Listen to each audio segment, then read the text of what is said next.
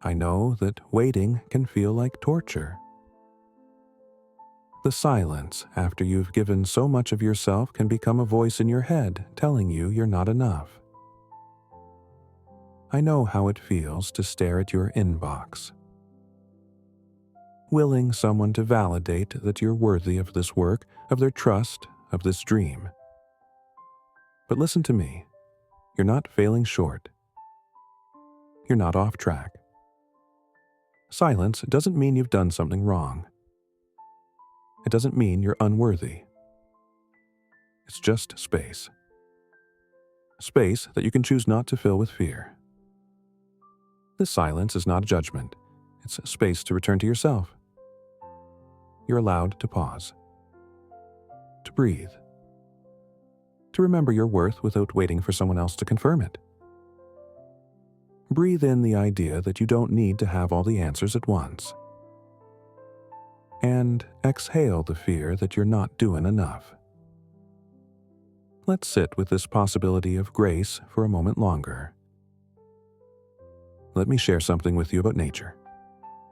When a river meets rocks, boulders, obstacles that don't move, but the river doesn't stop. It doesn't turn around. It finds a way around. It flows, it adapts, it continues. That's you. This client's silence? That's the stone. But you're the river. You don't have to break them down to keep moving. You just need to find your path. You are enough without their approval. They might be busy, or simply uncertain, or distracted by their own storms. That's not your fault. Your worth isn't dependent on their timeline. Your flow continues whether they respond or not. Let's talk about that silence that feels like rejection. That loaded pause after a big pitch. That unread message that becomes a mirror for all your worst fears. I know the thoughts. They're ignoring me because I'm not good enough. They changed their mind because I failed. This is proof I'm not cut out for this. But let's pause right there. Silence isn't proof of failure. Silence is just silence. It's what you fill it with that matters. You've learned that success demands you to be responsive, responsible, always on. You've internalized the belief that you can't slack off, right? So now, every pause feels like it undermines your own efforts. If you're not filling the silence with effort, you feel like you're letting yourself down. But let's look at this another way. What if waiting isn't failure? What if it's wisdom? What if it's respect for your own energy? You're not your client's reaction. You're not the email they didn't answer. You're not the deal that didn't close. You're the quality of your own intentions. You're the consistency of showing up. You're the clarity in your own voice. Do you remember the hours you spent checking and rechecking those messages? That ache in your shoulders. That tension in your jaw. Your breath becomes shallow. Your heart pounding over something you couldn't control. I want you to see that moment, not as proof of your hunger to succeed, but as proof of how deeply you care. Because that's your gift. You care so much you want to fix even the silence. But you can't. And you don't have to. You're allowed to set the phone down, to silence the notifications, to journal your own thoughts instead of analyzing theirs, to trust that your worth doesn't disappear in the space where no one is talking to you. They might be dealing with their own chaos. They might be uncertain. Or yes, they might say no. But none of those outcomes erase your value. It's not about ignoring silence. It's about listening to what it reveals about you.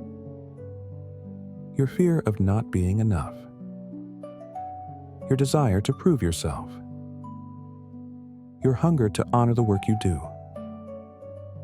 But there's no approval that can replace your own, no client that can complete you. You can respect them without needing them to validate you. This is non-attachment. It's not giving up. It's releasing control over what you never truly controlled. It's flowing around the stone instead of damming yourself up against it. This silence is not a judgment. It's space to return to yourself. Allow this thought to settle in the places that ache for relief, reminding you that you are allowed to take up space, to learn, and to let yourself soften. Breathe in slowly and deeply. Feel the cool air enter your chest. Exhale even slower. Let your shoulders fall. Notice your body. Where is it holding tension? Your jaw, your chest, your hands? Invite it to soften. You don't have to force anything. Just notice, invite, release. Now, let's try observing your thoughts. Let them come.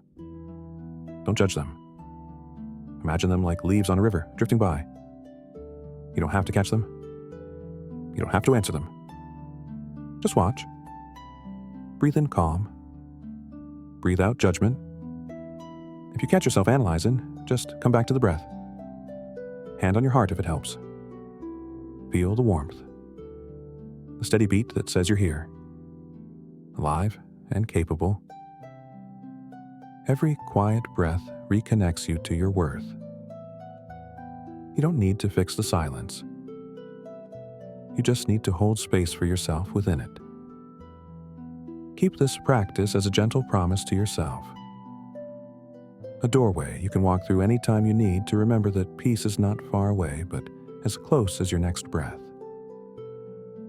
When it gets hard again, come back here. Why keep going? Because your work isn't just about closing deals. It's about showing up with integrity. It's about serving people honestly. It's about building something that lasts. Even when clients go quiet, your purpose doesn't. Your value doesn't. Your path doesn't end. You're not here to collect approval. You're here to share your voice, your vision, your care. Every quiet breath reconnects you to your worth. Let your why be the steady flame in your chest. The thing you come back to when doubt makes everything feel dark. Knowing it can illuminate even the hardest nights. You're not defined by quick wins or fast answers. You're not measured by who responds or when.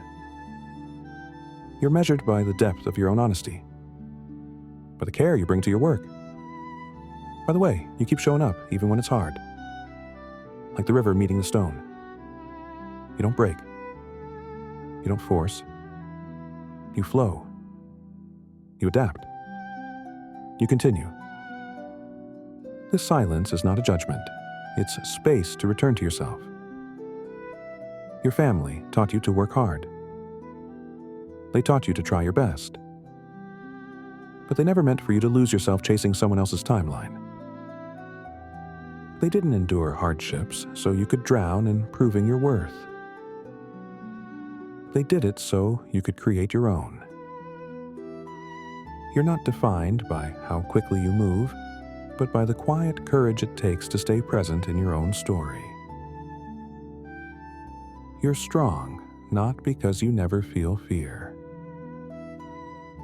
but because you keep choosing to listen to your own voice.